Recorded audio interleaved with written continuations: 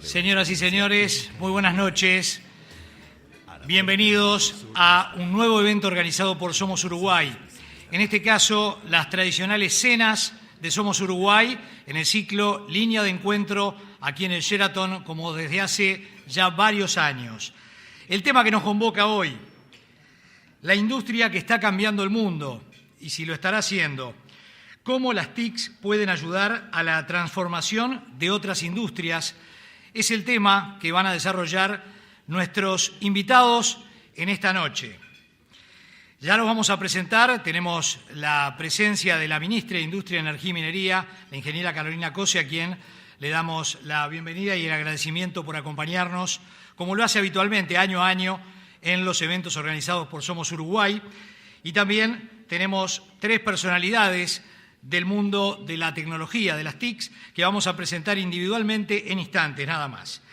Antes de comenzar con las presentaciones, vamos a agradecer a quienes auspician los eventos que organiza Somos Uruguay, a UCM, Aerolíneas Argentinas, Santander, H. Stagnari, Habitat, Arapey Termal, Resort y Spa, Vía Aqua Spa, Demarco, Pagnific, Securitas, Grupo Lev, Azucarlito, Juan Palleiro, Galería de Arte y Cuadrería del Sur, Cámara Uruguaya de Tecnologías de la Información, Visión Direct, Cortiluz, Avícola del Oeste, Coca-Cola, Cativelli, Pagnific, Burson Masteller, Radio Sarandí, Penguin Random House, Grupo Editorial, Televisión Nacional Uruguay, BTV, El Observador, La Tele, Marketers. Marketer es un congreso internacional de marketing, comunicación y management que se realiza anualmente en nuestro país.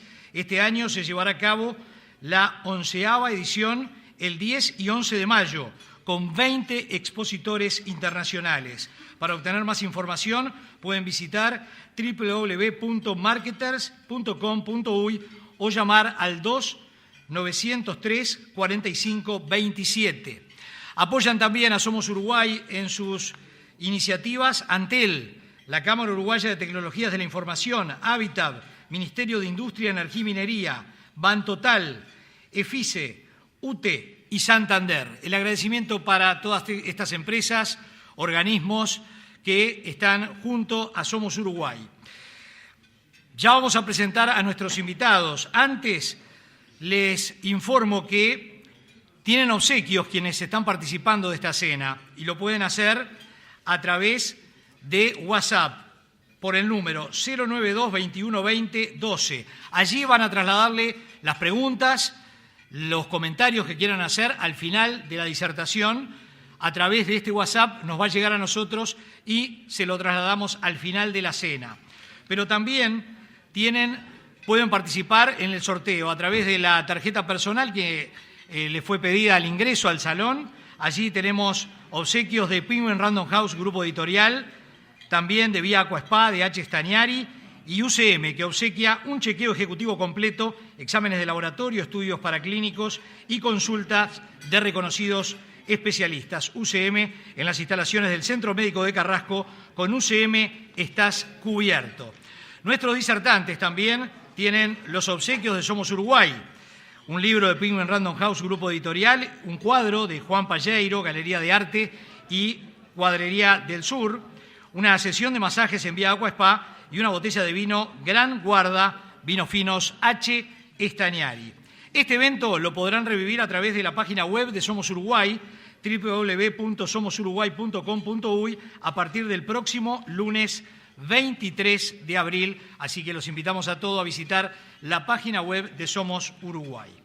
Vamos a presentar, poca presentación, necesita la ministra de Industria, Energía y Minería, la ingeniera Carolina Cose, nuestra invitada especial, pero también están aquí en este living de Somos Uruguay Leonardo Loureiro. Es ingeniero en computación de la Universidad de la República, con una maestría en Administración de Empresas en la Universidad Católica. Es el presidente de la Cámara Uruguaya de Tecnologías de la Información, gerente de Desarrollo de Negocios Internacionales de Quanam, docente de MBA, Universidad Ort, así como también columnista de tiempo presente en Radio Rural.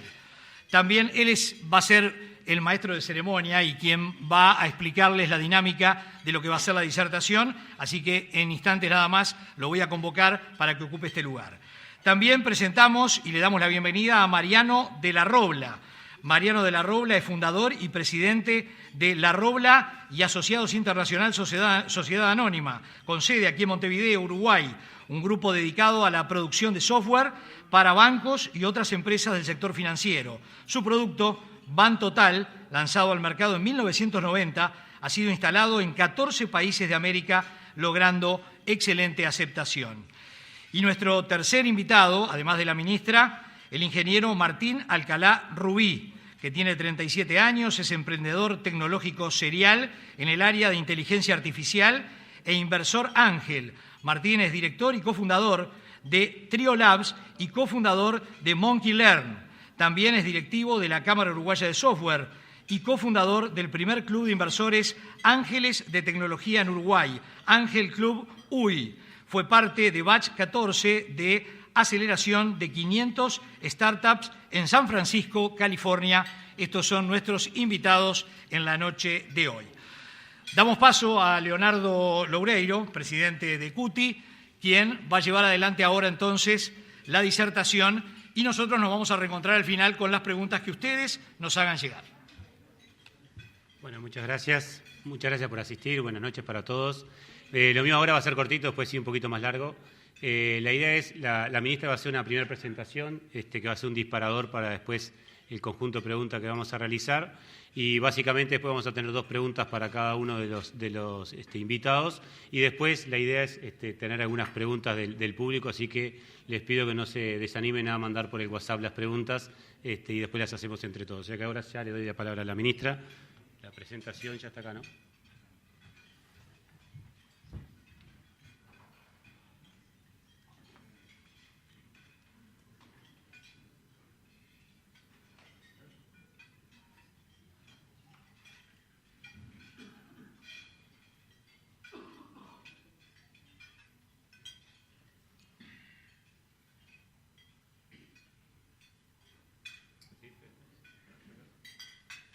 Bien. Bueno, buenas noches, muchas gracias. Sí, ya la vi. Bueno, voy a tratar de que esta introducción pueda volcar algunos conceptos que nos permitan continuar la reflexión más allá de esta noche y continuar la construcción del Uruguay que todos queremos fortalecer y que queremos proyectar. Como siempre, la tecnología puede o no, cualquier tecnología puede o no cambiar la vida de la gente.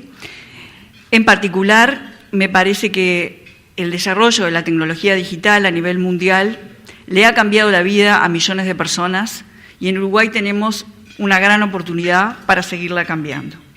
La consigna de esta noche es cómo la industria TIC puede ayudar a la industria tradicional a transformarse, a cambiar.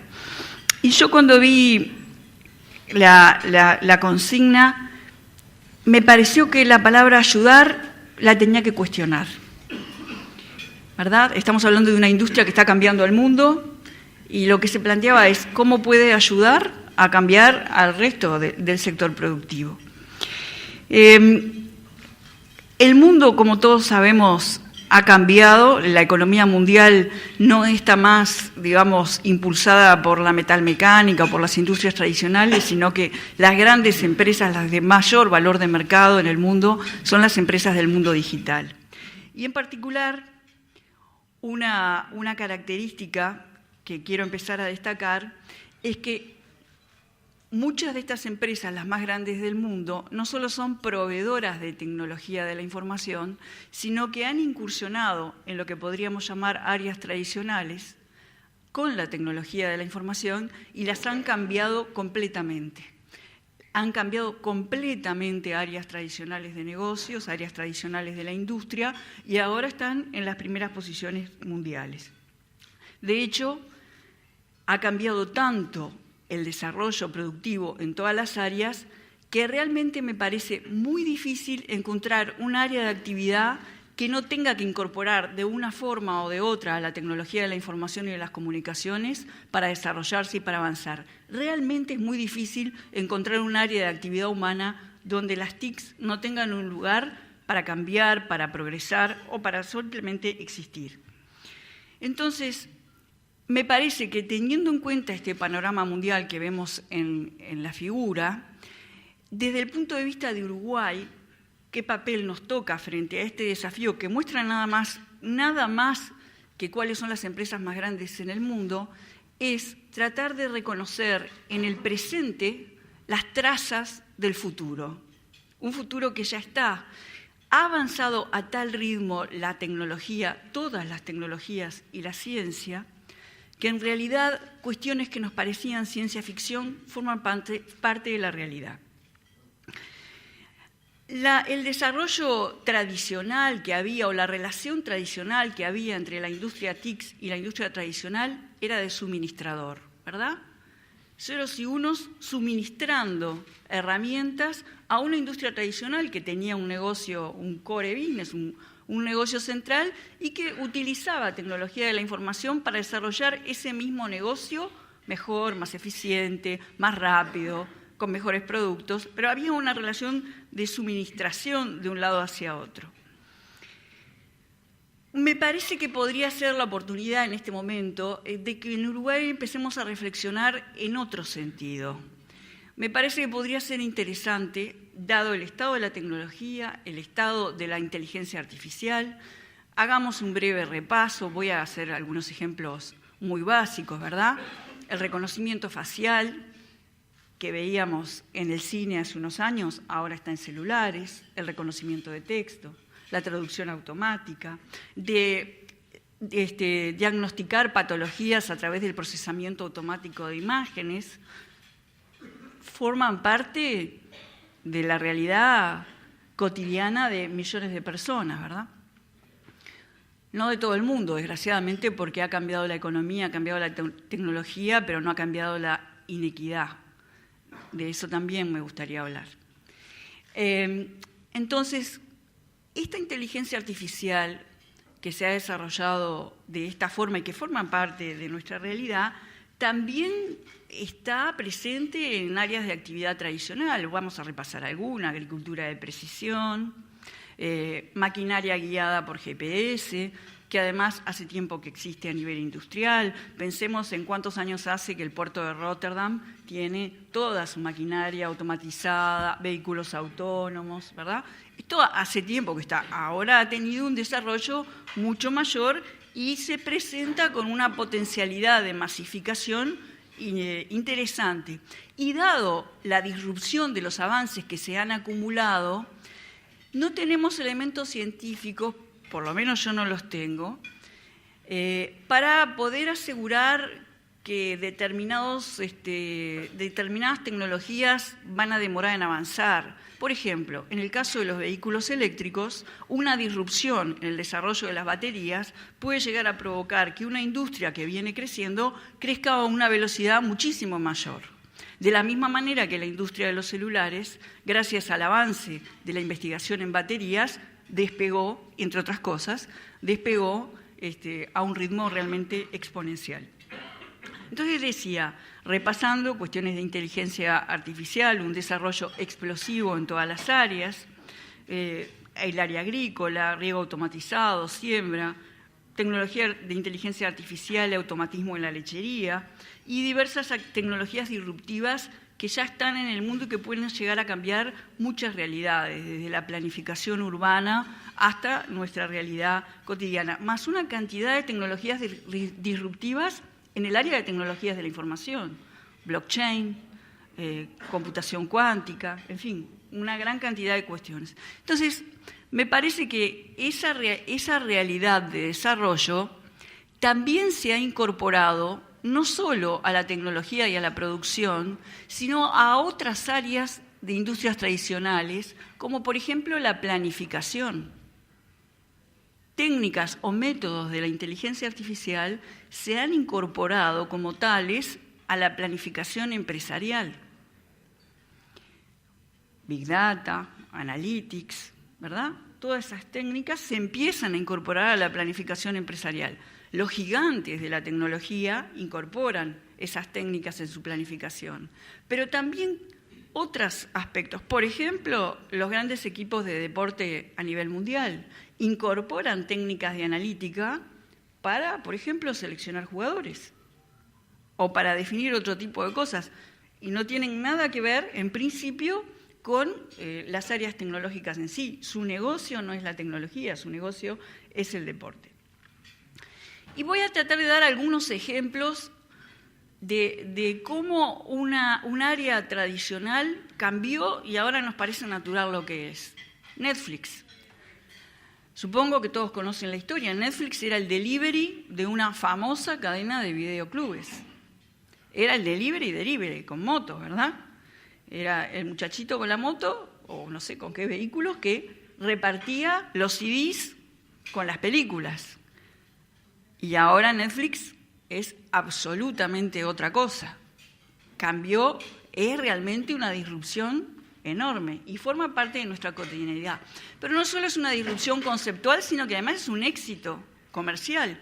Lo que vemos en la gráfica son, en rojo, la cantidad de suscriptores de Netflix en Estados Unidos, en azul, la cantidad de suscriptores de TV Cable. Pero además, esta disrupción, lejos de deprimir a la industria audiovisual, la ha rejuvenecido, porque lo que vemos, por ejemplo, en esta gráfica es la cantidad de series de televisión al aire en Estados Unidos según los diferentes canales de distribución. El verde es el canal online, y si ustedes se fijan, en los años desde 2014 hasta ahora, si no contáramos el verde, la parte de arriba, hay una meseta de crecimiento en la industria audiovisual. El propulsor de crecimiento es justamente disrupciones como Netflix que permiten que la industria avance. Otro caso, muy comentado, de ejemplos de mezcla entre lo que era un negocio tradicional y algo absolutamente diferente por la introducción de tecnología y de técnicas de inteligencia artificial, Amazon. Lo que vemos acá es la curva desde el año 97, creo, no veo bien, de lo que es el crecimiento de la facturación de Amazon. Y abajo se ve la ganancia, que se ve como más chatita porque es tan enorme lo otro que parece más insignificante, pero no lo es. Esto es una ampliación del crecimiento trimestral de Amazon, o sea, imparable. Una consecuencia general, Amazon es un ejemplo, un gran ejemplo, porque cambió todo lo que es el mercado de retail tradicional del mundo, en principio de Estados Unidos, pero también del mundo, es la imposición del comercio electrónico. Cambia la forma de vender, cambia la forma de vender cualquier cosa. Y también dentro del comercio electrónico, el avance del comercio electrónico móvil. Una vez más, un nuevo cambio en la forma de vender que no está restringido para nada al mundo virtual, ¿verdad?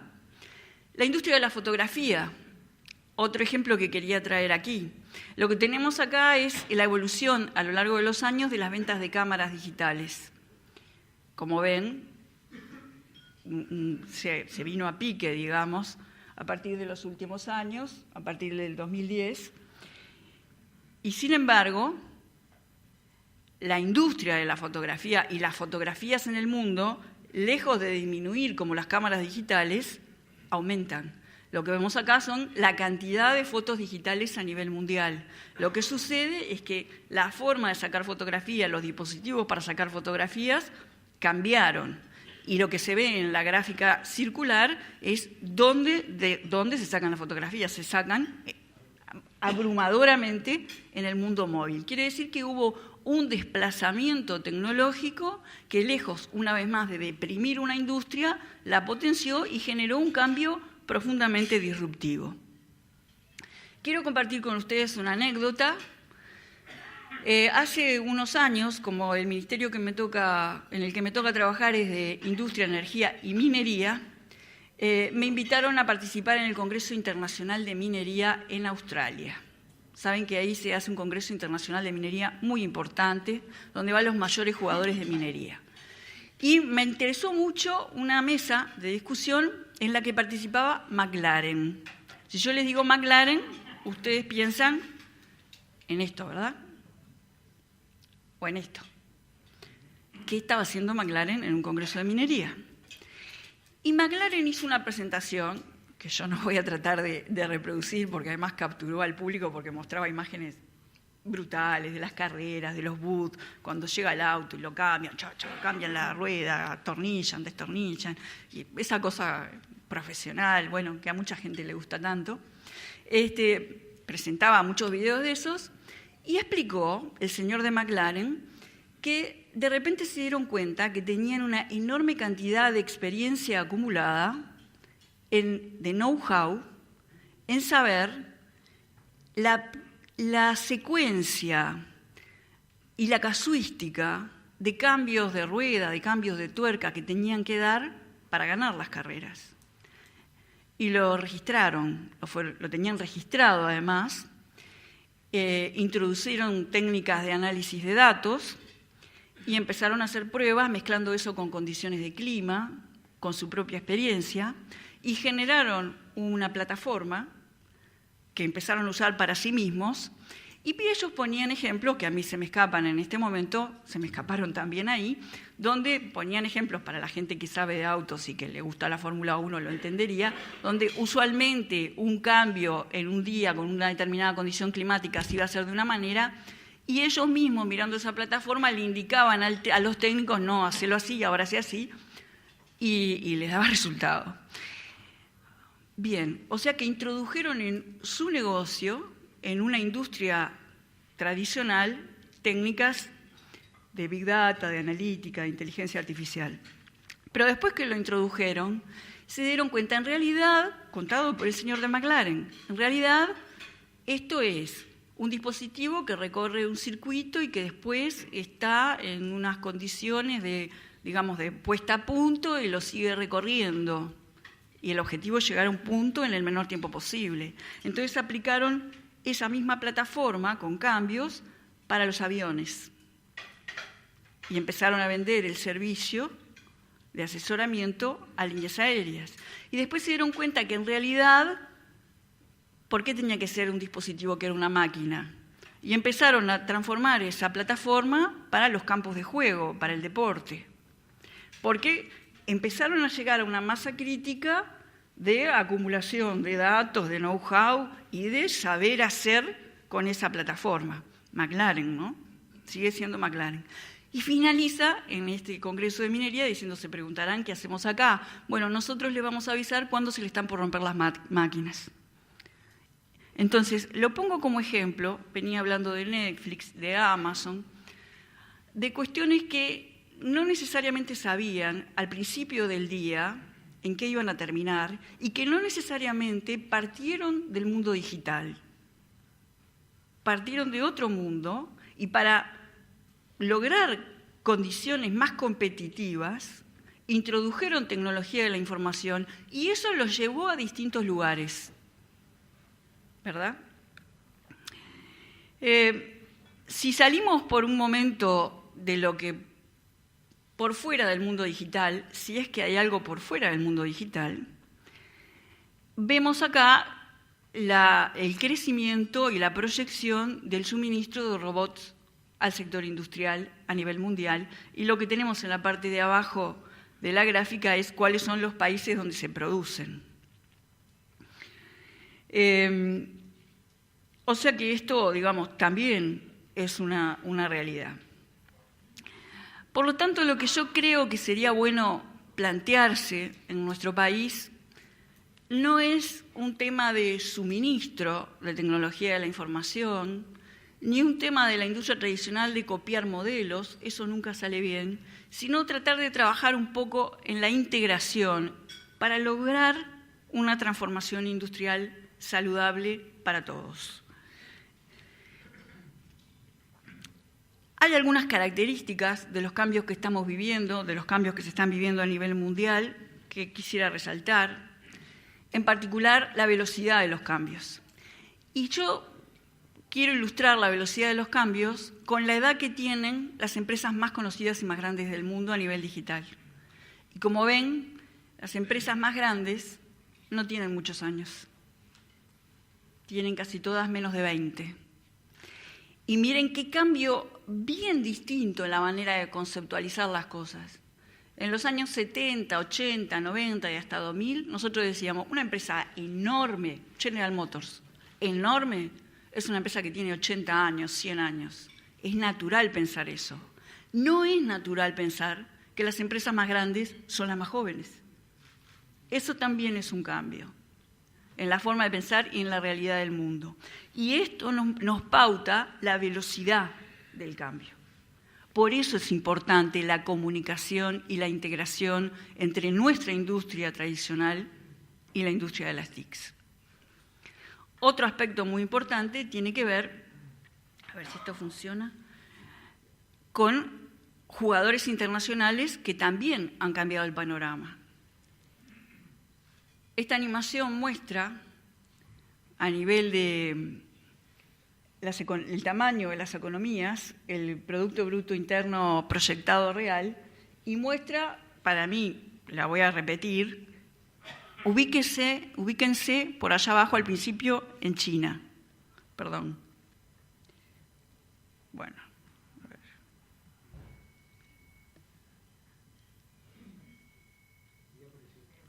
¿La ven?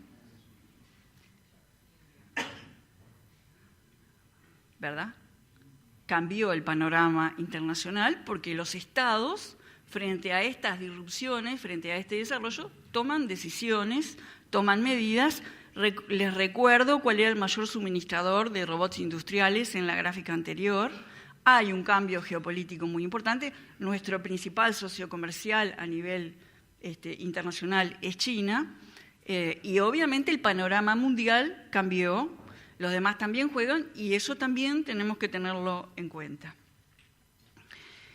Yo creo que si hacemos un enfoque innovador, con cabeza abierta, de integración, de acercamiento realmente con cabeza abierta, podemos también cuestionar otras cosas que damos por natural. Me gusta esta imagen porque acá lo que vemos es la evolución de las telecomunicaciones, ¿verdad?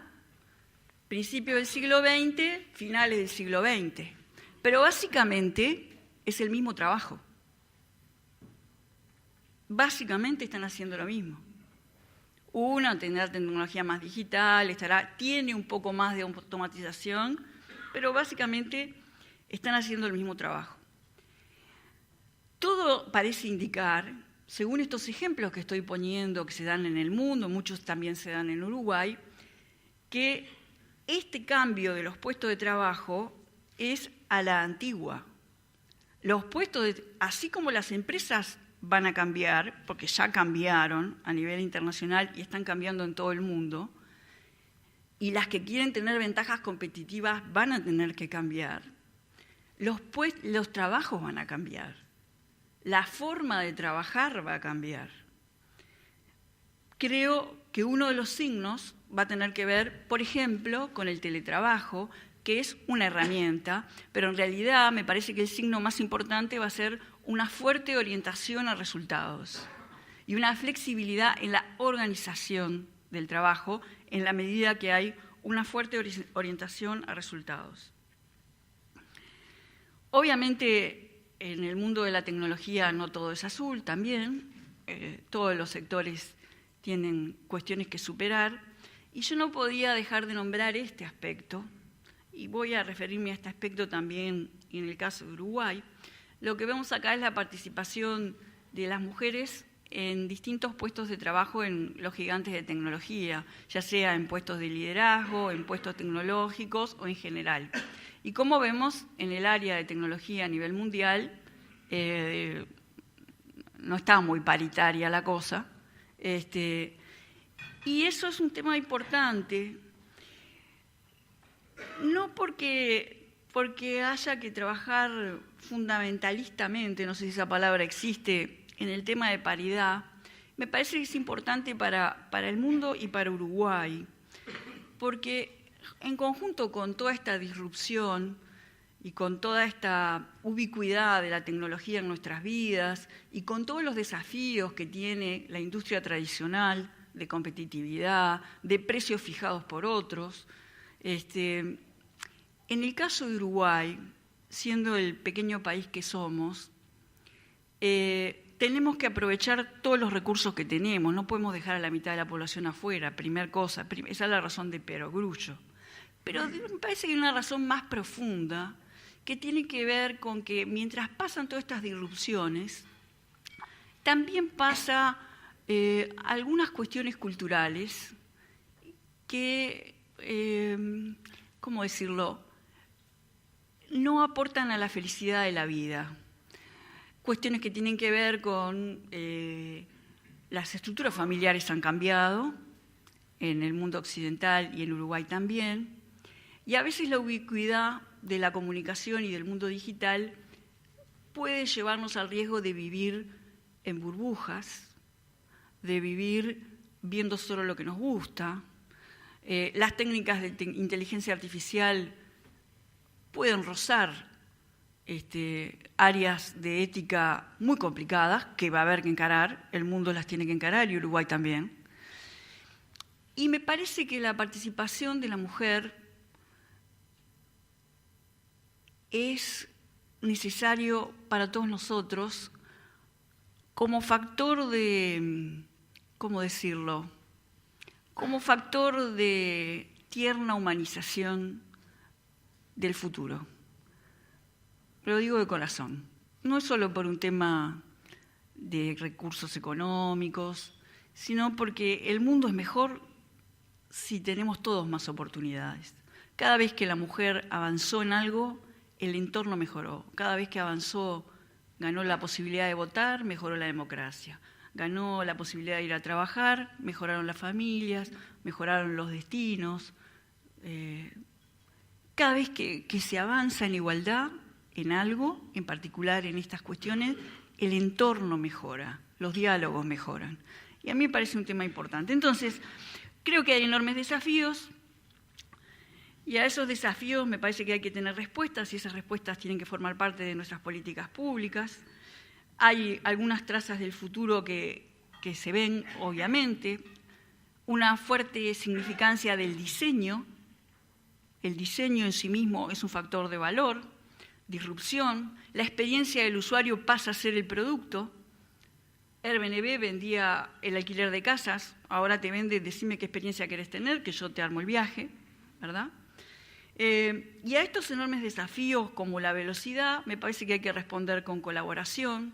A la sofisticación de la tecnología y de las realidades hay que responder con acciones colectivas de educación que nos pueda formar como un país más fuerte tecnológicamente, conscientemente fuerte tecnológicamente, y definir que queremos ser un país fuerte tecnológicamente, con trabajadores que puedan diseñar, producir, operar y reparar maquinaria sofisticada, y que las destrezas que no corren riesgos de ser automatizadas, como la creatividad, pasen a ser valores en sí mismos, y que no, porque ya no es como antes, que en la familia si tenías un artista decía, uy, ¿de qué va a vivir? La capacidad de creación, la capacidad de transmitir, de comunicar, la creatividad, van a pasar a ser en los empleos del futuro un valor muy importante. Entonces, eso es un elemento que también tenemos que incorporar. La capacidad de abstraer, de comunicar, y a los fuertes desafíos de competitividad que tiene Uruguay, mirar más allá de lo que obviamente tenemos que hacer, trabajar en las tarifas, una energía más barata, mejor infraestructura, por supuesto. Pero tenemos que mirar hacia el futuro también y trabajar mucho todos nosotros en emprendedurismo. Y no confundir el emprendedurismo con empresarismo, digamos. Fomentar la capacidad de emprender, la capacidad de que cuando uno cae se vuelva a levantar, la capacidad de innovar, de asociarse, de colaborar, de buscar ayuda en los demás para seguir adelante. Yo creo que Uruguay está en condiciones de hacerlo. Quiero agradecerle a Dina Yael, que está por ahí, forma parte de un libro que ella le armó al Banco Central. Es una clase de geometría del año 50, de niñas, y me pareció importante porque esas condiciones en los trabajadores, esas condiciones para Uruguay, colaboración, capacidad de crear, pensamiento abstracto, capacidad de moverse bien en ambientes fuertemente tecnificados, sofisticados, tiene por detrás acciones que tienen que ver con una definida vocación que tiene que tener nuestro país a nivel colectivo, en el imaginario colectivo de Uruguay debe ser un país orientado a la enseñanza de la ciencia, a la enseñanza integral, pero a la enseñanza de la ciencia. Porque esa cuestión básica es lo que a la hora de ubicarse en un lugar nuevo nos da las herramientas para no depender de una tecnología y sí de la capacidad de adaptación. Tenemos las condiciones para hacerlo. Lo que fue una clase de geometría en los años 50, hoy ya es en el Uruguay clases de robótica, y tenemos que fortalecer mucho la enseñanza científica, pero sobre todo colectivizar la voluntad nacional de ir para ahí. Muchas gracias.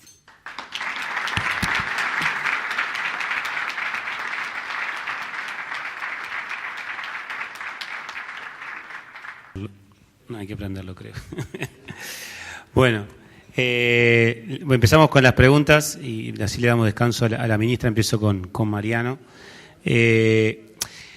Voy a hacer en cada pregunta una breve introducción como para poder, digamos, que no quede solo maestro de ceremonia y meter un poco la cuchara yo. Bueno, pero está. El año pasado, bueno, fuimos justo con la misión con la ministra y varios de acá, de hecho, varios de los que estamos acá participamos a Estados Unidos. Y estuvimos justamente en una empresa, en la empresa Cisco, que nos regaló un libro que se llama Digital Vortex, sobre el cual luego se profundizó en las reuniones que tuvimos con ellos. Y en la misma se comentaba cómo las empresas se están transformando, justamente como comentaba la ministra, basadas en las nuevas tecnologías y en los nuevos modelos de negocio. Y antes de entrar en el presente y futuro, me gustaría, Mariano, que basado en tu experiencia, que ha visto la transformación desde dentro de un sector tan importante como el financiero, uno de los que en este Vortex justamente juega con las palabras el libro para decir están dentro de un tornado que está absorbiendo como sectores de actividad económica, nos cuente cómo ha visto el aporte que las tecnologías de la información han realizado al sector financiero en estos años y qué punto de contacto ha visto con el aporte que las TICs hacen a otras industrias. Es decir, realmente el sector financiero se ha transformado totalmente gracias a la incorporación, no tanto como decía la ministra, no tanto simplemente como proveedores, sino porque lo han utilizado como un agente de cambio.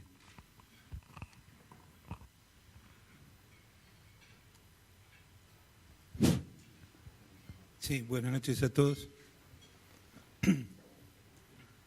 De acuerdo. El sector financiero hoy es inescindible de la tecnología.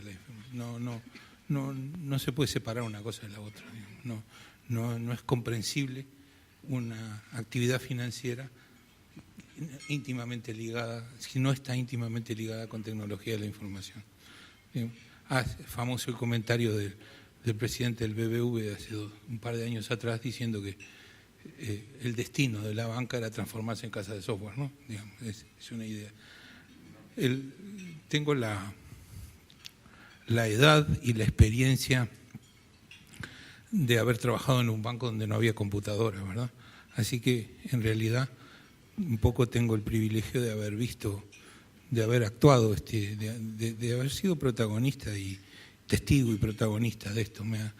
Tu pregunta me lleva al primer cierre de ejercicio que tuve en el Banco Litoral, que fue el banco donde yo trabajé en el año 75, hace casi 43 años de esto, ¿no? Me viene a la mente un cuento de Ray Bradbury donde un hombre le explica a un niño en la plaza del pueblo cómo eran los helados, digamos, ¿no? Porque están viviendo en un mundo donde ya no hay helados, digamos, ¿no? Yo les podría contar cómo eran las milanesas lusitanos, digamos, ¿no? Que ya no hay más lusitanos. Porque era lo que ese día, el día del cierre de ejercicio, el banco pagaba la comida y trabajábamos todo el día y toda la noche, ¿no? Más o menos 500 personas en unas 15 sucursales del banco hacíamos el trabajo fundamental del cierre de ejercicio, que consistía en hacer el cálculo, actualizar el interés corrido hasta el día del cierre de todos los préstamos, de todos los depósitos, de todos los contratos, de todas las comisiones que se habían devengado y no cobrado, de todos los productos, en fin. Hacíamos todos los cálculos de todo con una calculadora a mano y después escribíamos, hacíamos el inventario de todo lo que era el banco, de todos los contratos y de todos los registros. Contábamos todos los títulos valores.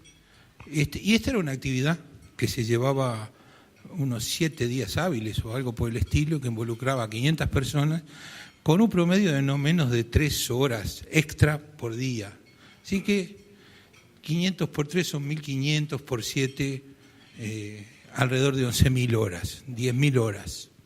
Bueno, ¿cómo ocurre esto hoy? Esto es un proceso que hacen no más de 10 personas durante 5 horas.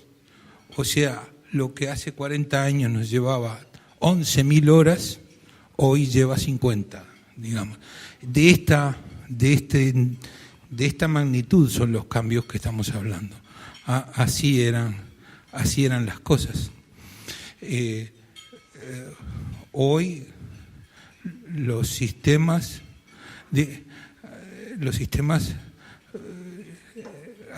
los automatismos que hay adentro del banco, porque por supuesto que la primera cosa que hicimos el día que apareció una computadora en el banco, y yo tuve el privilegio de ser formado en programación, el banco me mandó a estudiar, etcétera, digamos. Bueno, la primera cosa que hicimos fue un inventario, lo primero, una relación, ¿no?, de existencia. Pero al día de hoy, la inmensa mayoría de los procesos están automatizados o son robotizados. Es decir, la contabilidad que había que saber, cada funcionario tenía que saber cuál era la contabilidad que correspondía a cada transacción, la genera un programa. La cobranza la genera un programa. La imputación de lo que está cobrado y lo que no está cobrado es otro robot que hace esto. Los cargos pendientes de ser cobrados, bueno, hay un programa que está mirando cuando aparece dinero en la cuenta, cobra, digamos. El clearing se procesa asistido con caracteres magnéticos, caracteres ópticos, los cheques son seleccionados, todo eso se clasificaba a mano, no se hacía, todos, la inmensa mayoría de los procesos internos del banco, la liquidación de horas trabajadas es automático hoy. La gente registra su asistencia en un dispositivo electrónico y los programas calculan si tiene tiempo extra para liquidar o no. No sé, es impensable hoy la actividad bancaria sin la incorporación de tecnología de la información. Pero además, la complejidad es creciente, porque las regulaciones hacen que se someta a los bancos a unos controles que no existían, controles de todo pelo y color, sobre todo de calidad de cliente, de naturaleza, de listas negras, de validez de la transacción, si la transacción está dentro de criterios permitidos, criterios de riesgo diferente, riesgo de crédito, riesgo de mercado, riesgo de operaciones. Los bancos actúan como agentes de retenciones de impuestos. Tenemos, no sé, plazas como la Argentina, por ejemplo, donde cuando un banco le paga a un proveedor tiene que saber la naturaleza de ese proveedor, la naturaleza tributaria cuál es, y dependiendo de la naturaleza tributaria le retiene o no le retiene, no sé, infinidad, una complejidad muchísimo mayor. ¿Cuál es el resultado de todo esto, por ejemplo, en Uruguay, ¿no? Bueno, los números de Uruguay yo no tengo números así exactos para decir, pero puedo dar una idea de entorno. Hay alrededor de la mitad de instituciones financieras de lo que había hace 40 años, que no sé cuánto más volumen transaccional hacen, pero es enormemente superior. Quizás sean 20, 30 veces las transacciones. No había tarjeta de crédito, ¿no? Imagínense que el Banco de la República Oriental del Uruguay, que es la mitad del sistema financiero uruguayo, en un día de esos días cercanos a fin de año, que liquidan préstamos en la sucursal 19 de junio, están en entornos de cientos de miles de transacciones. O sea, es una cosa exponencial la diferencia de volumen de transacción. Y la cantidad de gente empleada ha disminuido de una manera enorme. De manera que el escenario para la industria financiera es absoluta automatización de todo lo que se pueda, robotización de todo lo que es posible. Probablemente en algunos lugares ya se están empezando a usar sensores que identifican quién está entrando en la sucursal para nombrarlo, para saber quién está en este momento adentro, quién ingresó. Ustedes conocen todos los programas, todos los robots que hay en la industria del mercado de capitales que deciden comprar o vender y que eventualmente provocan tormentas en los mercados financieros. Esto es creciente y esta es la misma realidad, pienso, que nos encontramos en el resto de las industrias, que son más transacciones, más rápidas, procesadas por menos personas. Digamos. Básicamente este es el escenario.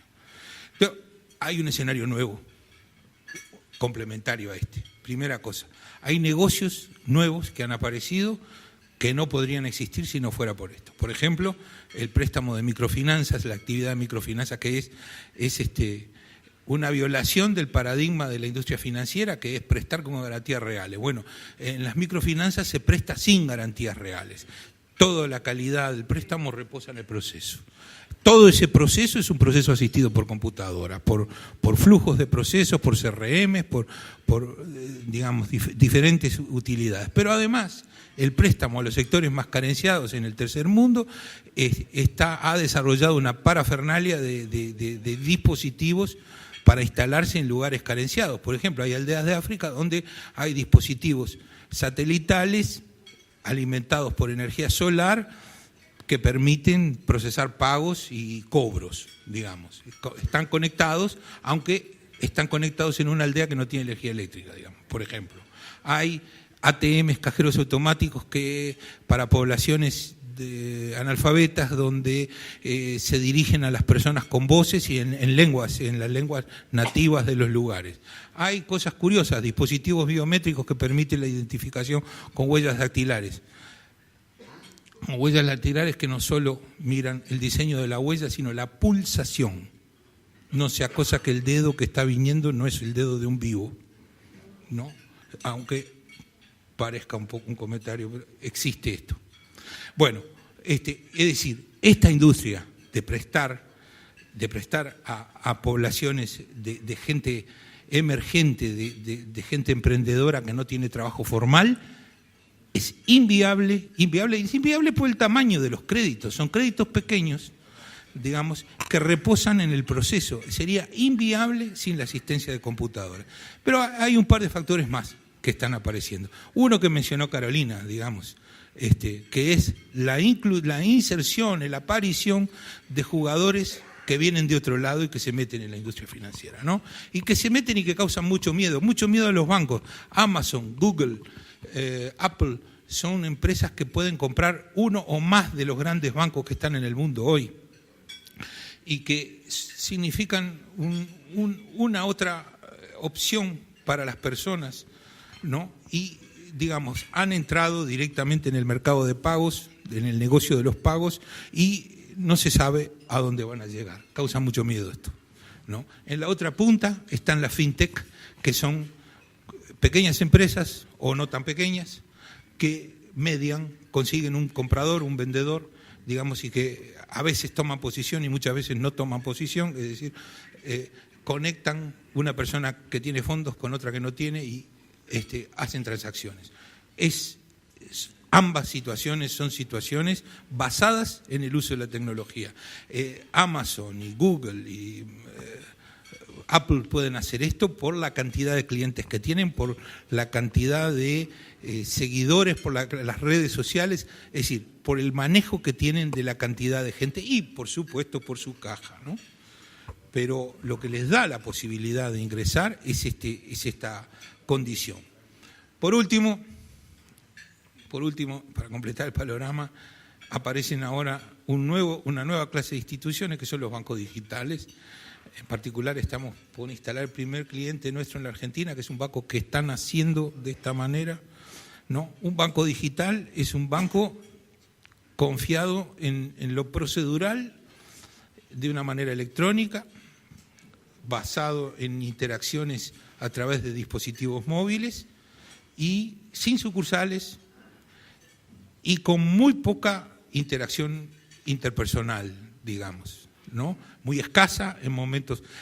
La transacción, la vida del banco no reposa en eso. O sea, se supone que uno tiene fondos en algún lugar, en algún banco ya establecido, y que el banco digital le va a ofrecer condiciones mejores. Uno transfiere fondos y comienza a operar. Se da de alta se da de alta en la cuenta todos los esquemas fijos en los que venimos acostumbrados de los bancos centrales, de exigir toda la exigencia que hay, la solemnidad para abrir una cuenta. Todo esto está absolutamente caído en estos esquemas, ¿no? Los clientes se dan de alta como cliente, dan de alta a las transacciones, a los productos que necesitan. Los bancos prometen tiempos de respuesta bajos, se puede operar 7x24, es decir, uno puede estar haciendo la transacción a las 3 de la mañana, cuando viene del baile, no lo sé. Este es el nuevo mundo que empieza a emerger. De manera que, de vuelta, y termino ya, Leo, diciéndote que las características que tiene esto me parece que son las mismas, esenciales, que en el resto de las industrias, un grado de integración donde al final va a ser totalmente indivisible, no se sabe qué es aplicación de tecnología y qué es aplicación de la industria financiera.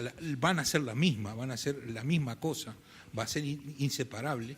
Esto empezó a verse en otras industrias ya, ¿no? En otros sectores, sector agropecuario, en otros sectores, digamos. No es un fenómeno exclusivo de la industria financiera, aunque la industria financiera pienso que es un poco pionera en esto, ¿no?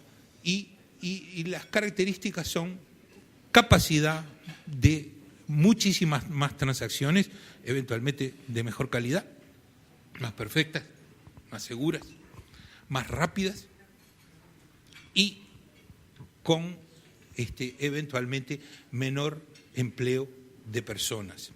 Hay que decir una cosa, y es que el empleo de las personas seguirá siendo necesario, pero tendrá otros requerimientos, ¿verdad?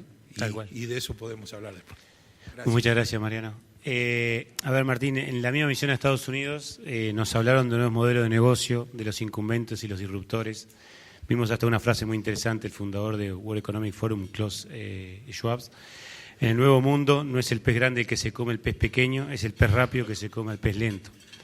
Vimos empresas que han cambiado no solo el mundo de los servicios, sino que han transformado, como bien decía Carolina, distintos mercados como el retail. De hecho, comentábamos, tú me comentabas una empresa que envía un conjunto de ropa que define la persona que quiere, y si no te gusta la devuelve, pero termina pasando que te llegan a enviar la cantidad de ropa que uno necesita y quiere consumir anualmente según los gustos de la persona, y obviamente por detrás de eso hay una cantidad de tecnología que eso no sería viable, como bien decía Mariano, si no existe la tecnología. Entonces, una pregunta es, ¿cómo pueden las empresas establecidas, es decir, los incumbentes, aprovechar digamos, esa fusión con las tecnologías de la información para ser mucho más rápidas en sus innovaciones y en particular cómo inteligencia artificial puede mejorar estas prestaciones? Bueno, buenas noches para todos, buen provecho. Bien, comenzando por el final, lo que nosotros creemos es que hoy en día el incumbente, la empresa establecida, está en una situación extremadamente buena para hacer utilización de este tipo de tecnologías. ¿Por qué nos parece que esto es así? Lo voy a desarrollar en 3 áreas. Yo recuerdo cuando comenzamos hace 9 años con esto de hacer una empresa de inteligencia artificial desde Uruguay, y claro, era un campo súper fértil, ¿no? O sea, los algoritmos, esto que nadie se sabía mucho qué pasaba, y bueno, eso de tener los algoritmos era como la magia, ¿no? Entonces era un campo súper fértil, lo que hizo en una oportunidad Blue Ocean. Hoy día las cosas han cambiado un poco. La verdad que los algoritmos se han transformado en un commodity. Y lo digo yo que me compré estos zapatos vendiendo algoritmos de inteligencia artificial, ¿no? Pero la cosa es así. Entonces, hoy día los grandes se metieron con inteligencia artificial muy fuerte. Hay servicios cloud, hay servicios gratuitos, Microsoft, Apple. Bueno, en China tuvimos la oportunidad de ver un montón de empresas que se están metiendo fuertísimo. Entonces, la primera reflexión que quiero contarles es que el incumbente tiene una gran oportunidad porque hoy en día el valor está en los datos. ¿Sí? Hay una frase por ahí que repiten hasta el cansancio en las conferencias que es "Data is the new oil". Los datos son el nuevo petróleo. ¿Quién tiene los datos? Las empresas que están operando. Entonces, es una primera reflexión.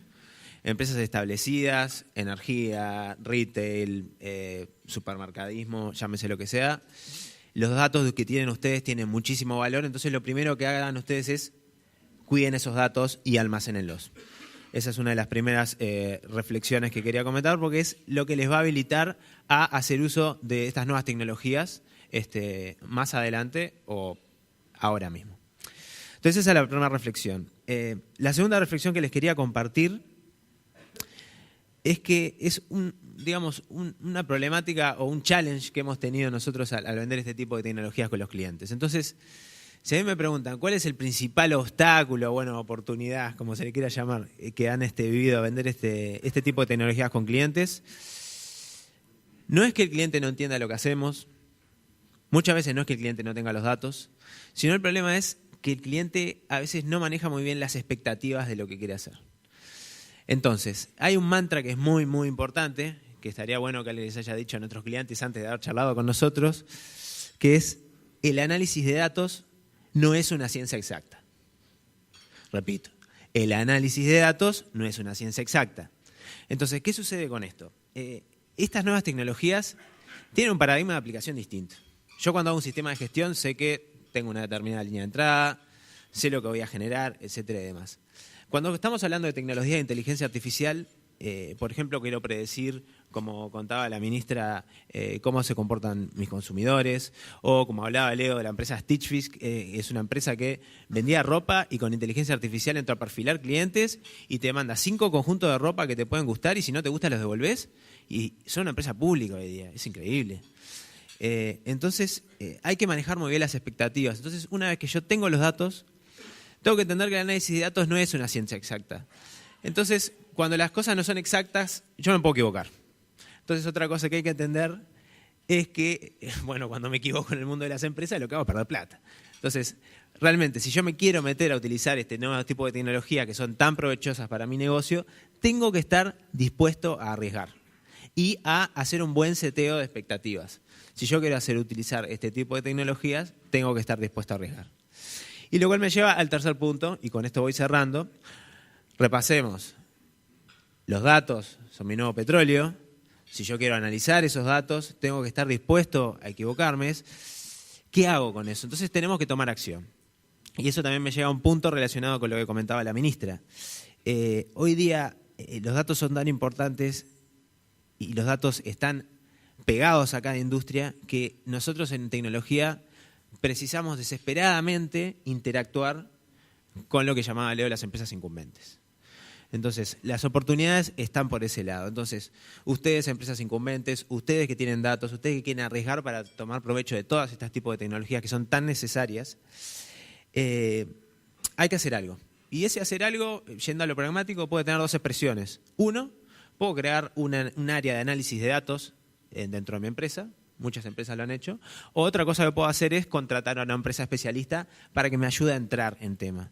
Muchos de los clientes que nos contratan a nosotros nos contratan para eso, para poner un primer pie en el agua y que lo saquemos del cero a veces de todo lo que es esta dinámica de análisis de datos. Entonces, eso nos lleva a la tercera reflexión, que es muy importante que las empresas incumbentes comiencen a entender que tienen que tener un área de investigación. ¿Sí? Tienen que tener un área donde inviertan dinero, probar este tipo de tecnologías y tratar de tener el mejor tipo de resultado posible. Eso nos lleva también a la verticalización de industria, a la verticalización de la aplicación de este tipo de tecnologías. Y ahí ustedes, los incumbentes, son los que tienen la posición más privilegiada. Entonces, bueno, esas eran un poquito las 3 reflexiones que quería contar. Primera pregunta para la ministra.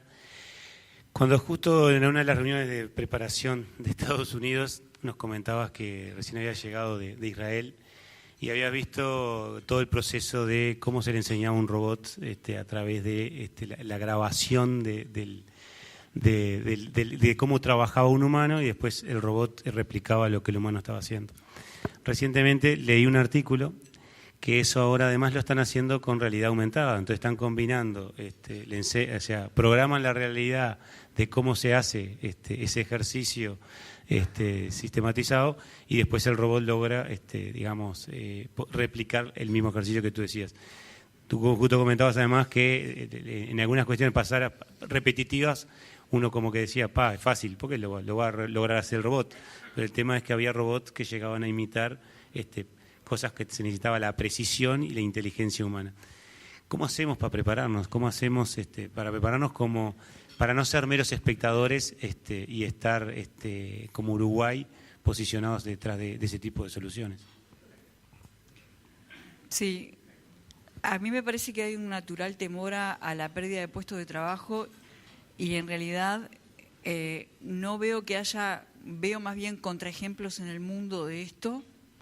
Hace tiempo aquí mismo presentaba el caso del Reino Unido, donde de manera neta hubo un gran aumento de puestos de trabajo. Lo que sí sucede es que cambian los trabajos, como pasó en el pasado, digamos, cuando aparecieron los cajeros automáticos. Cambiaron los trabajos y hay que prepararse para eso.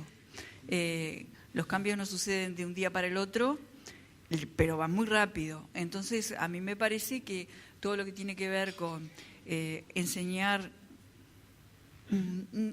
tecnología, pero también a manejarse en ámbitos tecnológicos a los trabajadores es muy importante, y nuevas formas de trabajar muy orientadas a resultados.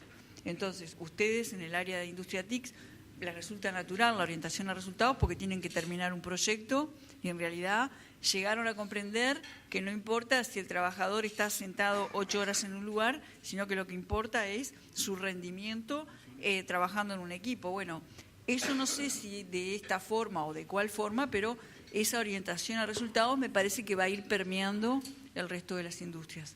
La respuesta es preparándose y además comunicándonos mucho entre todos, ¿verdad? Es muy importante para mí, me parece, que tiene que haber una estrecha relación entre las capacidades de software y de análisis nacionales y la industria tradicional, porque hay muchas oportunidades. Gracias. Mariano, como bien decía Carolina en la presentación, estamos viendo una aceleración producida por la convergencia de diferentes tecnologías, blockchain, inteligencia artificial, big data, IoT, computación cuántica. De la Robla es uno de los fundadores de ICT4B, en conjunto con otras empresas de la Cámara, la Academia, ARLAT, UINI, AGESIC, ahora además con la participación de otras empresas públicas como Antel, con el apoyo de la ANI desde su creación.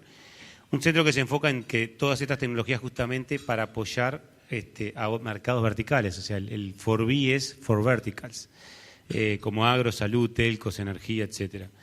Y además de la Robla cuenta con una aceleradora de emprendimientos que está también en Erlatu, en el parque tecnológico, en principio asociado al propio producto de ustedes, Bantotal, de hecho acá está Panisa, el que está a cargo del área, y relacionado también con FinTech, que también lo mencionabas en una de tus conversaciones. ¿Qué es lo que los ha llevado a invertir en estos temas? ¿Es una forma de prepararse para el futuro? ¿Es una forma como las que decía, que le recomendaba a los incumbentes Martín, de invertir en investigación? O sea, ¿le recomendarías para otros no tecnológicos? Sí, Leo, un par de cosas. Es una forma de pretender seguir vivos, de pretender seguir con vida. Si querés, es eso.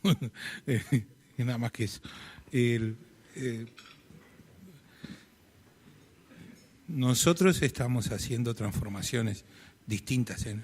Creo que la cosa más interesante, más disruptiva que estamos haciendo es transformando la identidad de lo que somos. Éramos un conjunto de programas, nos decían, estábamos en el mundo de una cosa que carecía de otro mejor nombre, llamábamos Core Banking System, y ahora estamos corriéndonos a un lugar que se llama de plataforma. Lo que queremos ser es una plataforma para que nuestros clientes puedan montar allí todos los sistemas. Pero hemos aceptado que no todo lo que necesita un cliente se lo podemos proveer nosotros. Hubo una época en que soñábamos con esto, que trabajábamos para esto. Bantotal, pues se llamaba Bantotal, todo lo que usted necesita se lo doy yo, se acabó. No, se acabó, aceptamos que esto no es así, y lejos de esto ahora lo que estamos haciendo es abriendo nuestro producto para que se pueda conectarse con cosas que nosotros hacemos pero hechas por otros, o sea, admitiendo, y estamos cambiando de negocio y de personalidad de alguna manera. En lugar de pretender ser los que proveen todo lo que el banco necesita, lo que vamos a ser los que proveen un ámbito donde el banco conecta todo lo que necesita. Eso es una transformación importante. De identidad, la relación con este centro de investigación y de divulgación tiene que ver con eso, tiene que ver con otras cosas. Nosotros estamos convencidos de que nosotros tenemos que trabajar en dos planos de tiempo. Uno es este año, el ejercicio, el trimestre, las cosas que tenemos que hacer dentro de los próximos 24 meses, y el otro es un plano temporal un poquito más para allá, ¿no? Sí, estamos convencidos de que aquella afirmación de Marco Aurelio que decía lo que no es bueno para la colmena, no es bueno para la abeja, también es verdadera si uno la da vuelta y dice lo que es bueno para la colmena es bueno para la abeja. Manera tal de que en un plano un poco más allá, nosotros tenemos que trabajar por el territorio donde vivimos, por la colmena en la que vivimos, no porque esto tenga nada que ver con ninguna idea de generosidad, no tiene ninguna idea de generosidad, es una idea de un rendimiento a largo plazo, vuelve, de alguna manera vuelve. Yo no sé muy bien cuál es el algoritmo, pero lo que uno haga por el territorio que habita, vuelve. Entonces, parte de lo que hacemos lo hacemos en ese sentido.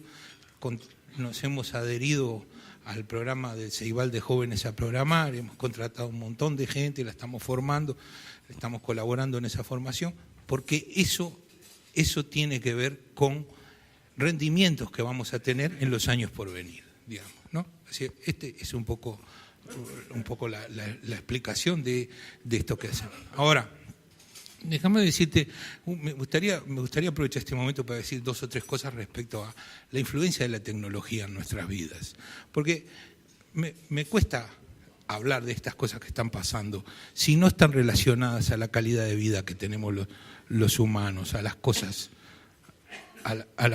que nos pasan cotidianamente. Yo veo el fenómeno de Uber como un fenómeno verdaderamente disruptivo y intenso, muy intenso, de una gran intensidad. Personalmente creo que desde noviembre del 2015 hasta la fecha me sobran los dedos de una mano para decir los taxis que he tomado. No tomé más taxi, digamos, no he tomado más taxi. Y he usado menos mi auto porque el tránsito está cada día más complicado. Entonces, digamos, soy un usuario habitual de Uber, digamos, ¿no? Ahora, Uber es más que lo que fue la aparición de la imprenta en la humanidad. Recuerden la novela de Eco, El nombre de la rosa, recuerden lo que es una novela policial que describe lo que era la posesión del conocimiento, la fabricación de libros escribiéndose a mano, el oscurantismo que había alrededor de eso.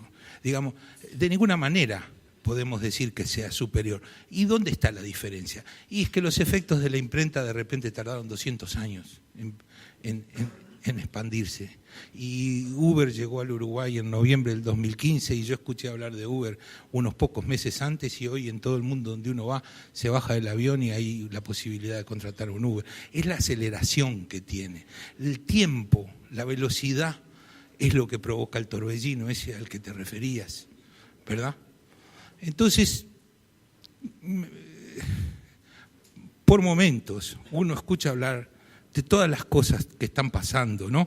Ese courier que en Singapur está implementando el traslado de paquetes del puerto a los barcos que no están en el puerto. Los bancos no están pagando servicios portuarios, están afuera, y los drones están llevando los paquetes a los barcos. Uno está escuchando de los autos no tripulados y las cosas que pasan alrededor de eso. Uno está escuchando de estas ciudades con contenedores que avisan cuando están llenos, y entonces recién ahí pasa el servicio de recolección a vaciarlos. Esos hospitales que creo que hay en Japón, donde son capaces de producir la droga personal que cada uno necesita y no fabricada por un laboratorio con la cantidad de dosis que necesita mi cuerpo, distinto del tuyo. Y todo esto a veces me parece que estamos observando, me siento como en una calle de Macondo viendo a los gitanos que arrastraban el hielo, ¿no? O los imanes, es decir, viendo una parafernalia de cosas. Digo, ¿esto qué tiene que ver con la vida de las personas? Así que voy a hacer 2 o 3 comentarios de cosas que me parece que tienen que ver con la vida nuestra y con las cosas que nos pasan en la vida nuestra. Uno es, recientemente cambia la tecnología y las cosas de la tecnología, cambia las relaciones interpersonales, está cambiando eso. En un congreso médico hace poco en Uruguay se habló de pacientes que graban las conversaciones, porque ¿qué tecnología tienen? Tienen un teléfono celular que tiene un grabador, y el médico le está dando un diagnóstico y el señor está grabando esa conversación. No es la misma relación de confianza que teníamos con el médico si le grabo la conversación al médico. El trabajo está cambiando violentamente. En el campo había un trabajo simple que desapareció, que era de una persona que estaba con una bandera y señalaba una línea, eran 2 en realidad, uno cada punta, ¿no? Y el que venía diseminando, no sé, un agroquímico cualquiera, tenía una guía para no torcerse, ¿no? Este era el banderillero. Bueno, se acabó, ahora hay un GPS que es llamado banderillero satelital, ¿no? Con el cual se hace esta tarea. Ahora, el punto es que el que programa el banderillero satelital normalmente no es el chofer, porque no lo sabe hacer. Es decir, el trabajo nuevo requiere destrezas nuevas. Tengo un pariente muy cercano en un cargo importante en una industria de celulosa en Uruguay. Están las máquinas que cosechan en la industria forestal, que un hombre con una máquina de repente hace el trabajo que hace una cuadrilla. Cortan el árbol, luego lo pelan, lo descascaran y luego lo fragmentan, manejan joysticks. Están buscando personas que tengan habilidades motrices de joysticks, jugadores de juegos de video. Esto es algo que vaticinó Grompone hace unos cuantos años ya y ahora se está cumpliendo, digamos, ¿no? Se necesitan personas con esas habilidades. Mi hija, que es anestesista, me dice, ay papá, dice, si vos vieras, dice, un médico de cierta edad manejar una máquina de laparoscopía te da miedo, porque le falta la destreza manual. Es decir, en el porvenir necesitaremos personas para muchas tareas con destrezas que vienen de los juegos de video, ¿no? ¿Qué haremos con el tiempo? ¿Qué haremos con el tiempo? A la larga va a haber robots que hagan las cosas que hacemos nosotros. Nos va a sobrar el tiempo, ¿no? José Luis Macera, cuando estuvo preso, tradujo la Odisea del griego al español, ¿no? El que estaba en la celda al lado de él no hizo eso. ¿Qué haremos con el tiempo libre? Es una reflexión nada más, es una cosa para pensar, es una cosa para decidir. Y por último, quiero contarles una anécdota que nos pasó el año pasado, al final del congreso de Genexus. Breogán Gonda hizo una reflexión que me resultó interesante respecto de los robots en la industria automotriz y la problemática, la dificultad que había sido darle al miembro del robot que simula una mano la programación necesaria para aplicar la fuerza adecuada a la tarea que iba a hacer en ese momento. ¿Cuál es la fuerza para insertar un perno en un orificio? ¿Cuál es la fuerza para torcer una tuerca metálica o para torcer una tuerca de plástico. Digamos, fue un problema industrial, un problema de ingeniería, resuelto ya, ¿no?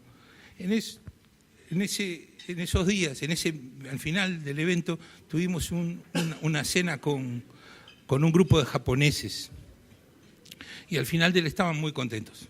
Eran gente que había venido al encuentro. Y al final de la cena, la persona que era el principal del grupo, un señor de más de 70 años, le fue a dar un abrazo a una compañera de trabajo y la zarandeó fuerte, ¿no? De una manera inapropiada. Y cuando abrazó a Marcelo Cosset, que está sentado ahí, su mano se deslizó arriba del glúteo de Marcelo. Una cosa completamente extravagante, ¿no? Quedamos pensando, ¿qué está pasando acá, no? ¿Qué está pasando acá? Y llegamos a una conclusión: no abrazan los japoneses. Abrazan porque nosotros somos más abrazadores que Sol de Enero. Entonces estábamos ahí y contaminados por nuestra acción, se lanzaron a abrazar, pero no es algo que sepan hacer. Bueno, imagínense programar un robot que abrace y que sea capaz de dar un abrazo de hijo, un abrazo de hermano, un abrazo de amante, ¿no? Todavía hay esperanza para los hombres. Gracias.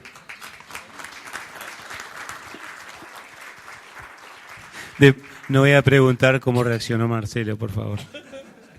Martín, bueno, hemos tenido la suerte de ver varias empresas, bueno, visitamos Google, Amazon, Tela, Baidu, Tencent, Alibaba.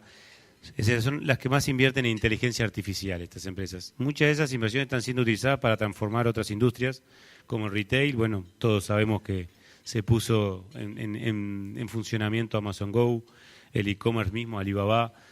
Nos contaba una anécdota de la misión de China. Fuimos a la muralla y la muchacha que nos llevaba, que nos hacía guía, nos contaba, le preguntaban, bueno, pero ¿y cómo íbamos a ir se iba a ir a un mercado? ¿Cómo regateamos? Y la muchacha dice, no sé, yo no compro nada en un mercado, lo compro por Alibaba.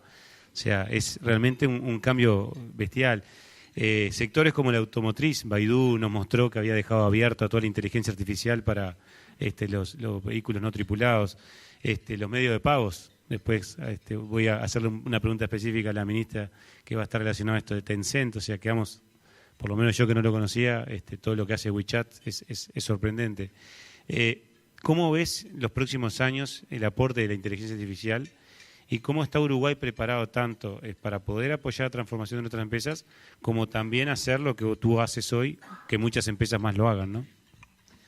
Bien, bueno, ¿Hola? ¿Se escucha? Voy a partir la pregunta en dos partes, o sea, nuestra humilde evaluación de cómo creemos que está la situación hoy, un poco que podrían ser ideas interesantes para un futuro. Entonces, comenzando por el final, creo que la situación que tenemos hoy día es razonablemente buena. Voy a elaborar por qué. Tenemos décadas de inversión en un sistema de educación público de primerísimo nivel. Y esto realmente lo digo, la mayoría de la gente que trabaja con nosotros es de educación pública. La verdad que trabajamos con los mercados más exigentes del mundo y no pasamos vergüenza adelante de nadie. Además del sistema privado, por supuesto. Tenemos una infraestructura en telco que realmente es de primerísimo nivel, más que de primer nivel, diría yo. Les digo, viví en San Francisco, en California, y muchas veces el acceso a Internet es peor que acá en Uruguay. Eso es un habilitador muy importante. Tenemos un ecosistema de cerca de 450 empresas de tecnología. Entonces, cuando hablábamos hace un rato, tenemos que mezclar las industrias, tenemos que compartir esos datos para que las empresas de tecnología puedan tener más visibilidad y puedan operar sobre ellos, bueno, tenemos una industria súper desarrollada. Estaba revisando un poco de datos. Bueno, la ANIC cumplió sus 10 años, Agencia Nacional de Investigación e Innovación. Nunca me acuerdo cuál es la I que va primero, pero bueno. Llevamos más de 300 millones de dólares invertidos en más de 6.000 proyectos. Que nosotros existamos en parte gracias a la agencia, porque fuimos beneficiarios, así que realmente muy agradecidos. Y después, bueno, tenemos el linaje de empresas que han comenzado antes de nosotros, que han abierto mercados, que nos han habilitado. No quiero, digamos, dejar de nombrar ninguna, pero La Rola, Artech, Quana, Marlando Castro, Infocorp, que realmente es muy importante. Y antes de pasar a conectar con con lo que podrían ser ideas para un futuro, quiero hacer un pequeño comentario conectando con lo que decía Mariano. Cada vez que me encuentro a Mariano o a Marcelo, nunca dejo de aprovechar la oportunidad de agradecerles. La Rola fue nuestro primer cliente de largo plazo, el que nos permitió, entre otras cosas, poder desarrollar una estabilidad de caja para poder viajar a Estados Unidos. Entonces, siempre muy agradecidos. También conectándolo con lo que decía Mariano, pensamiento de colmena, abeja y demás, pero bueno, son una empresa que tiene mucho corazón, han ayudado infinidad de empresas, gente que tiene menos recursos o más complicados, les han traído a la industria. Realmente el aporte que ha hecho Mariano y su equipo a la industria es fenomenal y realmente ha ayudado a un montón de empresas. Me gustaría pedir un fuertísimo aplauso para Mariano y para todo su equipo. Realmente, que tengamos la industria que tenemos hoy sale de estos señores que han hecho tantas cosas y bueno. Y bueno, nada, siempre me emociona un poco el cuento. Me acuerdo de las reuniones con Mariano discutiendo en una mesa. Qué crack. Bueno, en fin, yendo al siguiente punto, humildemente, ¿qué mirar hacia adelante? Y antes de decir, bueno, ¿qué serían ideas para pensar hacia adelante o qué deberíamos hacer? Quiero contar una pequeña anécdota. Me acuerdo en el 2013, cuando estamos saliendo a buscar capital semilla por primera vez en Silicon Valley, ¿no? Entonces, imagínense, dos pibes, fuimos obviamente a los peores hoteles que habían, o peor que los peores, y conseguimos, recuerdo que en una cena de networking conozco un VC y consigo que me haga una reunión para las 7 de la mañana. Del otro día. Entonces, bueno, imagínense, yo a las 10 de la noche, mi socio obviamente se estaba poniendo la camisa para salir al boliche, cortamos todo y nos preparamos la reunión para el VC. Entonces, bueno, llegamos a las 7 de la mañana, nos tomamos un taxi, imagínense, dos pibes, primera reunión con un VC, Silicon Valley, era una cosa, entraba el viento por la ventana, era una cosa brutal. Íbamos a reunirnos con el tipo, entonces nos juntamos con el tipo. Los inversores ángeles de Estados Unidos son tipos muy macanudos. 15 minutos contándole nuestro proyecto, que bueno, fue lo que es el inicio de Monkey Learn, le contamos, terminamos la presentación, lo miró el tipo y nos había dado media hora de tiempo, habíamos pasado 15 minutos contándole, y el loco me mira y me dice, no me gusta el proyecto. Ahí ya el tema de que, bueno, no sé qué, los pibes de Uruguay que habían ido, y uno decir que sigue para adelante. Y me quedaban 15 minutos con el tipo, entonces no sabía qué tema sacar, entonces le digo, señor, cuénteme un poco, si a usted esto no le gusta, usted que está en contacto con todo tipo de oportunidades, ¿qué se viene? Y me dice, mire señor, yo me dedico al capital de riesgo. Si yo supiera lo que se viene, no estaría hablando con usted y lo estaría haciendo ahora. Así que no me pregunte eso es su trabajo. Así que bueno, como reflexión, mirando hacia el futuro... Mirando hacia el futuro, bueno, una cosa interesante para reflexionar de esto y conectando algunas cosas que decía Mariano, no sabemos lo que viene. Sí tenemos algunas pistas. Entonces, bueno, quería desarrollar 3 líneas con muchísima humildad y partiendo de ese desconocimiento que tenemos. Y le digo, nosotros en TrioLabs nos rascamos la cabeza y nos partimos la cabeza todos los días tratando de adivinar qué es lo que se va a venir. Pero sí entendemos que hay 3 puntos que son muy importantes. Primero que nada, tenemos que continuar formándonos. Si hay algo que sabemos sobre el trabajo del futuro es que no sabemos si vamos a estar preparados o no para ello. Entonces, la reflexión es, hay que continuar formándose. En tecnologías de punta sería ideal. Las tecnologías de inteligencia artificial, que son lo que nos tocan a nosotros, son sumamente vastas, así que hay que elegir algunos partidos. Entre algunas iniciativas que estamos teniendo en conjunto con el Ministerio y la Cámara, estamos impulsando a que Google venga a ser su primer Summer Camp de Inteligencia Artificial de Latinoamérica en Uruguay. Esperemos que este año o el año que viene, estamos trabajando en eso. Sería algo muy lindo, con un alcance de nivel regional. Tenemos Plan Ceibal y tenemos un montón de iniciativas para continuar formándonos para ese futuro que no sabemos cómo es, pero sabemos que va a ser desafiante y que vamos a tener que desarrollar nuevas capacidades. Segundo tema, esas capacidades generadas, ¿en qué las invertimos? Entonces, yo creo que entre que arrancamos nosotros en 2009 y el momento de ahora ha cambiado un poco el panorama. Yo recuerdo cuando comenzamos en 2009 que realmente no habían tantos puestos de trabajo, no había muchísimos lugares para trabajar en tecnologías súper nuevas, digamos. Veníamos arrastrando la crisis de 2000, que fue súper brava y demás.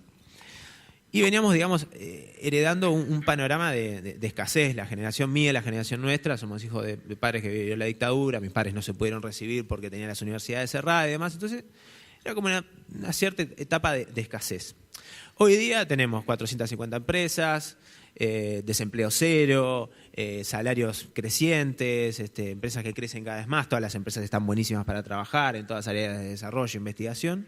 Entonces, cabe pensar en qué tenemos que poner la energía, nosotros las empresas de tecnología. Y muy humildemente creo que tenemos que pasar de pensar del pensamiento de escasez, es decir, bueno, cómo generamos trabajo, cómo hacemos subsistir, sino pasar al pensamiento de la abundancia, que es como piensan los yanquis, que es, ya que tenemos esto, ya que todos están trabajando, ¿cómo generamos más valor a partir de lo que tenemos? Y nosotros los que estamos en tecnología creemos que hay una oportunidad gigante, ¿sí? Es una oportunidad que trasciende las fronteras, es una oportunidad que puede cambiar el país, digamos. Yendo a números muy concretos, nuestro PBI, corríjame si me equivoco, ronda los 50.000 millones de dólares, la facturación de Google son 110 millones de dólares.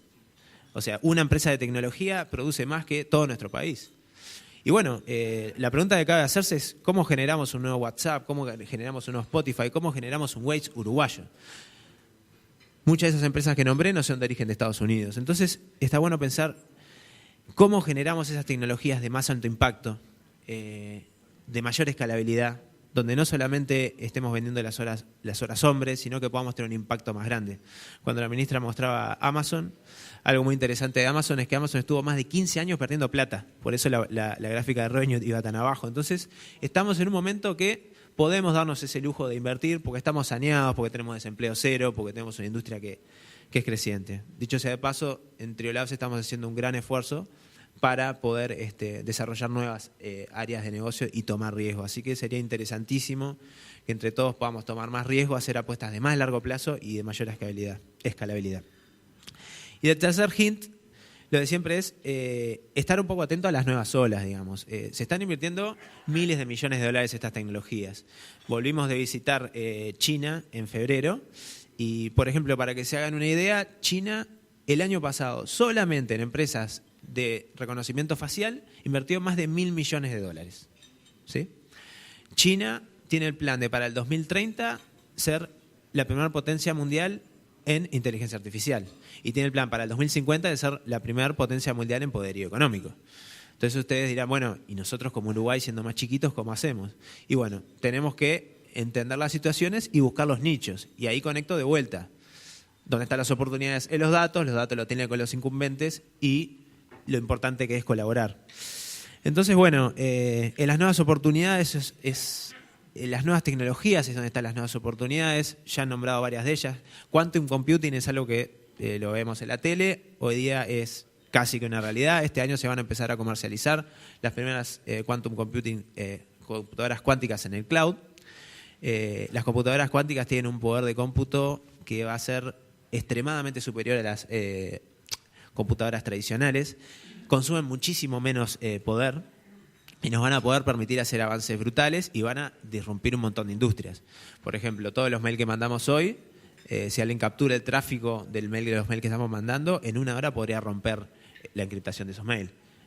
Así que se vienen un montón de cambios a nivel de seguridad y demás importantísimos. Eso ya está pasando ahora. Players más importantes metidos en el tema, Google, IBM, y hay una empresa que se llama Rigetti en Berkeley que es muy interesante. Digo los nombres por si quieren bichear un poco. Ahí puede ser una oportunidad bastante interesante para entrar a meterse. Blockchain, fintech, ni que hablar. Lo que estamos hablando, la descentralización del dinero y cómo nos podemos adaptar a eso. Pero son simplemente unas líneas. Así que bueno, esas eran un poquito las tres reflexiones.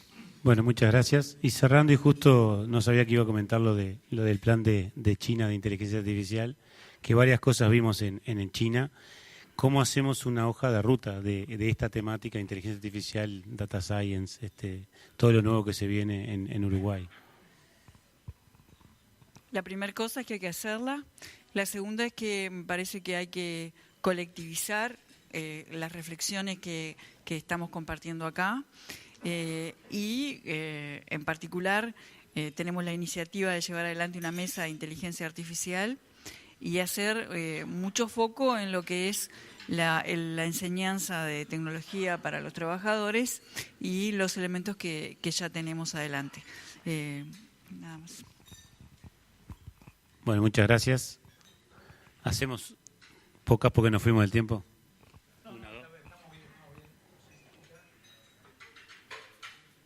Ahora sí. Bueno, muchísimas gracias a nuestros invitados.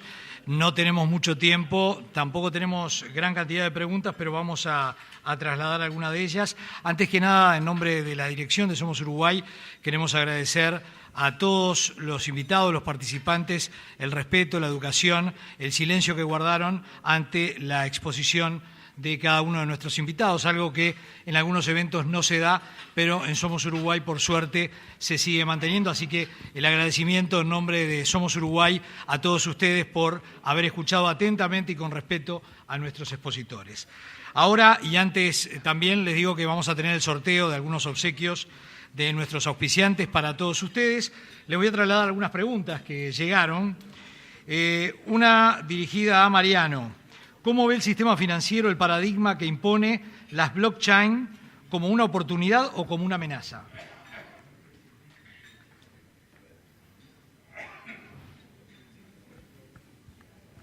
No sé cuál es la opinión del sistema financiero, pero voy a decir mi opinión. Es una oportunidad, no tengo la menor duda.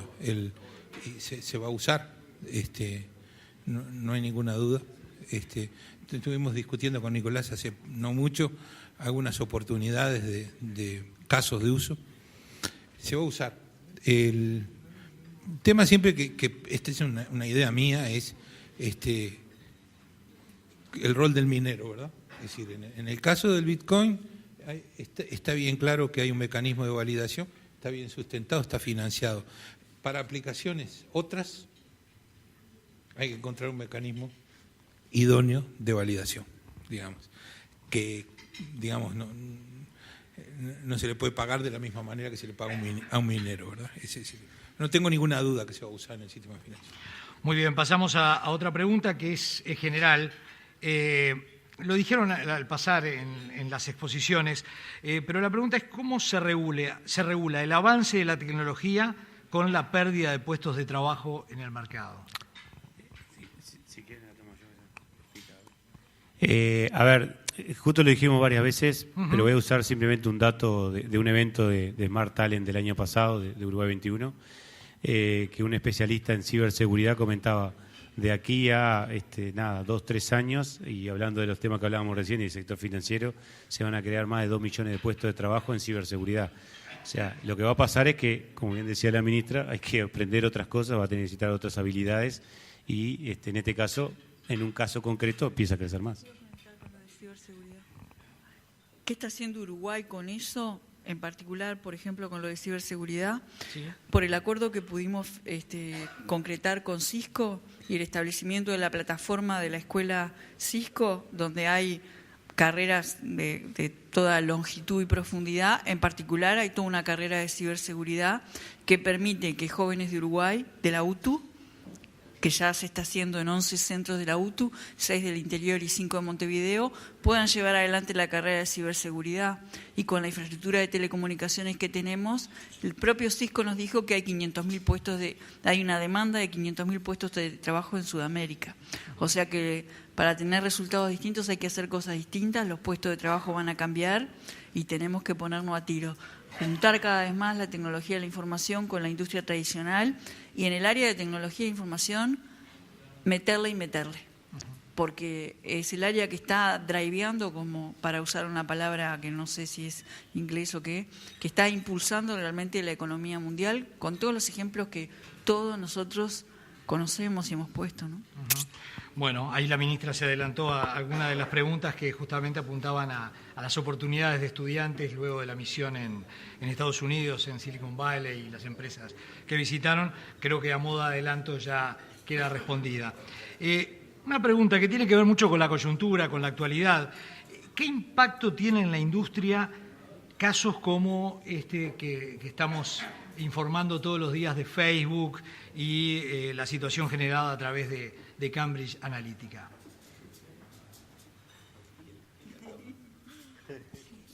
Acá pueden responder los cuatro. Sí, ¿no? A ver, digo, no hay duda que, y de hecho hasta se usa un caso de Netflix, que hubo un problema de Netflix que puso a disposición datos no, que si se supiera de quiénes eran las personas cómo habían seleccionado, y sin embargo a través de un cruzamiento de información con otra base de datos lograron determinar quiénes eran las personas, pudieron ver qué tipo de partido político votaban, orientación sexual, o sea, no hay duda que hay que tener mucho cuidado con la gobernanza de los datos, la privacidad de los datos y el buen uso de la información. O sea, lo que hizo Facebook cometió un error que Cambridge Analytica lo aprovechó. O sea, fue nada más que eso. Yo creo que no sé si hay que ahondar mucho más en eso, pero no sé cuál es la opinión de los demás. Ministra. Bueno, yo creo que hay un aspecto que no está directamente vinculado al caso que planteás, pero es como primo hermano, que es el marco jurídico que tiene Uruguay para los datos, que no es exactamente lo que tú dijiste, que el caso que estás planteando, pero eso es una ventaja competitiva que tiene Uruguay, que es importante para lo que es la llamada de inversiones en el área de tecnología de información para Uruguay y el uso de Uruguay como plataforma para la región y para el mundo. Con respecto a ese tema concreto que estás planteando de Facebook, de Cambridge Analytica, hay temas peores y que por eso yo comentaba hoy temas que tienen que ver con la ética, ¿no? Y que están vinculados al uso de nuevas tecnologías como siempre lo han estado en la historia de la humanidad. La ética siempre está presente y aparecen nuevas tecnologías que tientan al ser humano y a la humanidad a cruzar algunas líneas, ¿verdad? En particular en el caso de inteligencia artificial, esa es una de las líneas. Hay peores que tienen que ver con la vida humana. Entonces el tema de la ética es un tema que también Uruguay va a tener que tomar y que son cosas que están sin resolver. ¿Quieren agregar algo más? En mi concepto no es un tema sin solución, es un tema humano. La tecnología avanza y los seres humanos seguimos comportándonos de la misma manera. Digamos, no tiene arreglo esto. Sí, podremos hacer un montón de cosas, las debemos hacer, los estados tienen que... Sí, pero donde aparezca un dinerito por ahí, y va a haber un pillo que haga lo que no debe. No le veo solución. Bueno, muy bien. A la ministra de Industria, a nuestros invitados, muchísimas gracias por haber participado. Cerró brillantemente, sí.